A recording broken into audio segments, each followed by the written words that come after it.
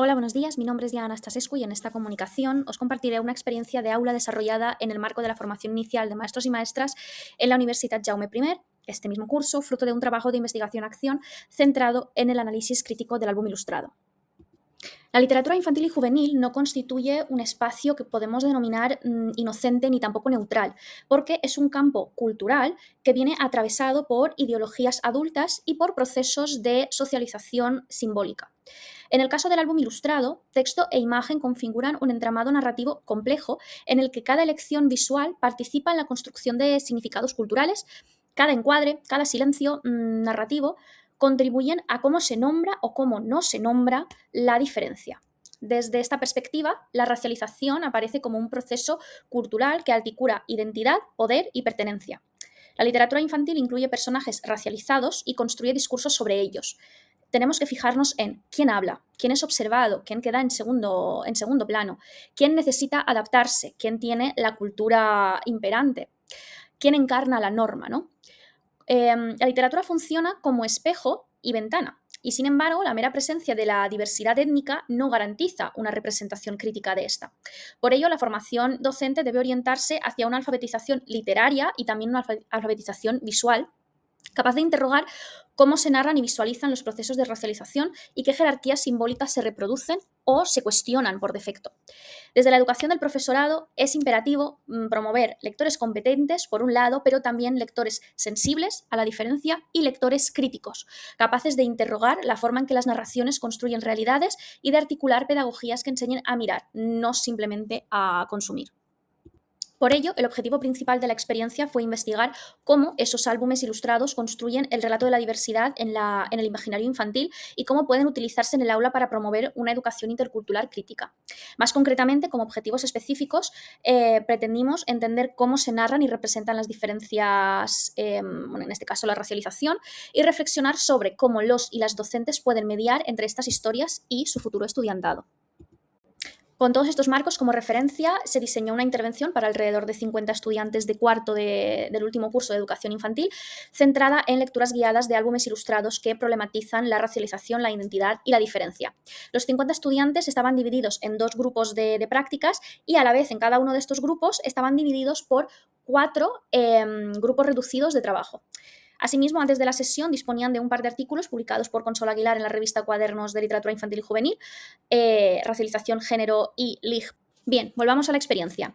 Se desarrolló en 3 fases. La primera fase consistió en una actividad que era mirar sin leer. Se presentaron las cubiertas de 9 álbumes sin títulos ni cualquier otro tipo de texto. Son los que tenéis en pantalla: Peus Bruts, La Carta, Color Carn, Al Furgón, Ser Negres, Bonic. Y por aquí más, Elenita, El Casament, Sirenes, Yun y la Polsera de Jade y Em Dic Yun. Bien, en todos ellos tienen presencia de personajes racializados, aunque no necesariamente tienen la racialización como eje central de la historia.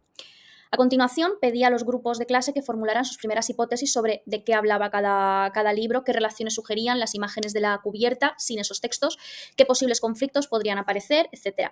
Esta decisión se basó en la idea de que la mirada previa, sin prejuicios del texto, evidencia imaginarios preexistentes. Poco después, cada grupo recibió uno de los álbumes para un análisis guiado por una ficha estructurada que incluía dimensiones como representación de identidad, tratamiento del colectivo, voces narrativas, metáforas visuales y potencial educativo. Y por último, se realizó una puesta en común colectiva en la que cada grupo articuló conclusiones sobre la construcción de esta diferencia en el álbum que les había sido asignado. A través del trabajo colectivo y de la puesta en común, el grupo clase categorizó 4 estrategias narrativas a través de las cuales los álbumes construyen, normalizan o problematizan la racialización. Tenemos, en primer lugar, la racialización explícita, con una desnaturalización de la norma y una denuncia sistémica, en álbumes como Color Carn, La Carta, Peus Bruts y Al Furgón. En Color Carn, la racialización se articula de una manera muy directa a través de la problematización de una categoría aparentemente neutra, como es el color carne. El álbum pone en evidencia como una denominación cotidiana que podemos utilizar a diario opera como mecanismo de centralidad normativa, al asumir que existe un único cuerpo válido que representa lo humano universal. La historia desmonta el proceso mismo de la normalización y de este modo la racialización aparece como construcción cultural. que puede ser cuestionada mediante una alfabetización visual y lingüística consciente. También en Al Furgón la racialización se muestra como práctica estructural. La narrativa evidencia que determinados cuerpos son sistemáticamente vigilados, sospechados o controlados por instituciones de poder, en este caso la policía. Este tipo de álbum desplaza el foco desde la diversidad hacia la desigualdad social y convierte la lengua en la lectura en un ejercicio de conciencia crítica sobre el racismo estructural. La segunda categoría es racialización vinculada a la lengua y a la extranjería, en álbumes como Em Dic Jun y Peus Bruts. En Em Dic Jun, la racialización se manifiesta tanto a través de los rasgos físicos de la protagonista, pero eso no es lo más importante, sino que también aparece en la relación entre lengua, identidad y la propia pertenencia de la niña.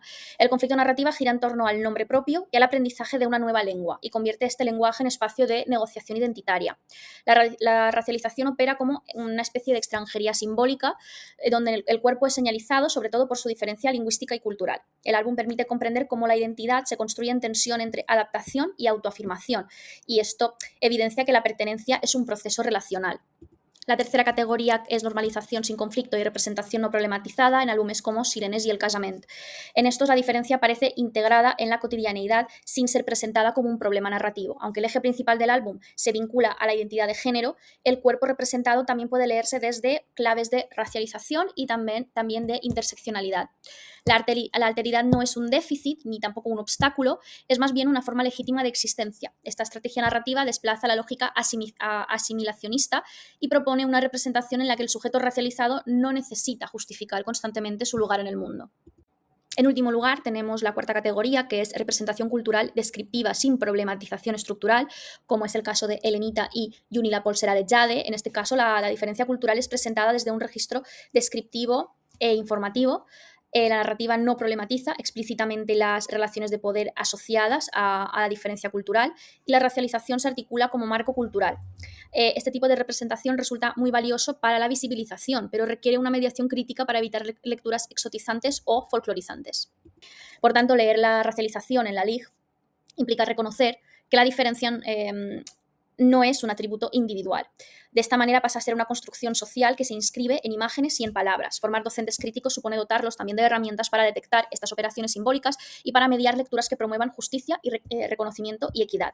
La alfabetización lectora del siglo XXI no puede ignorar las imágenes, ni las culturas, ni las estructuras de poder que las atraviesan. Si queremos formar docentes críticos, debemos enseñarles a enseñar, a mirar, a escuchar y a interrogar con atención lo que sucede entre líneas y entre planos visuales.